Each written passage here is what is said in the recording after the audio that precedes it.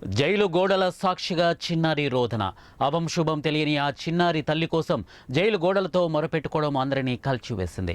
అమ్మ ఏం చేసిందో ఆ చిన్నారికి తెలియదు. బిడ్డను ఓదార్చేందుకు ఆ తల్లికి దారి లేదు. తల్లి బిడ్డల బంధాన్ని జైలు గోడలు దూరం చేశాయి. తల్లి దూరమైందన్న ఆవేదన ఆ 7 ఏళ్ల చిన్నారి నుంచి కన్నీటి రూపంలో ఉబికి వస్తోంది.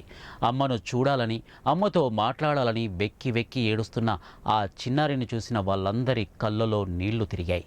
జైలు గోడకు అటుగా ఉన్న తల్లి కోసం ఆ జైలు ముందే అమ్మా అమ్మా అంటూ తడారిన గొంతుతో పిలుస్తున్న ఆ చిన్నారి పిలుపు మాత్రం ప్రశ్నార్థకంగా మిగిలిపోయింది.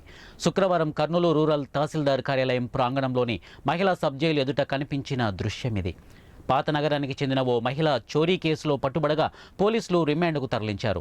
ఆమెను మహిళా సబ్ జైల్లో ఉంచారు. కానీ తల్లి ఎలాంటి తప్పు చేసిందో ఆ చిన్నారికి తెలియదు.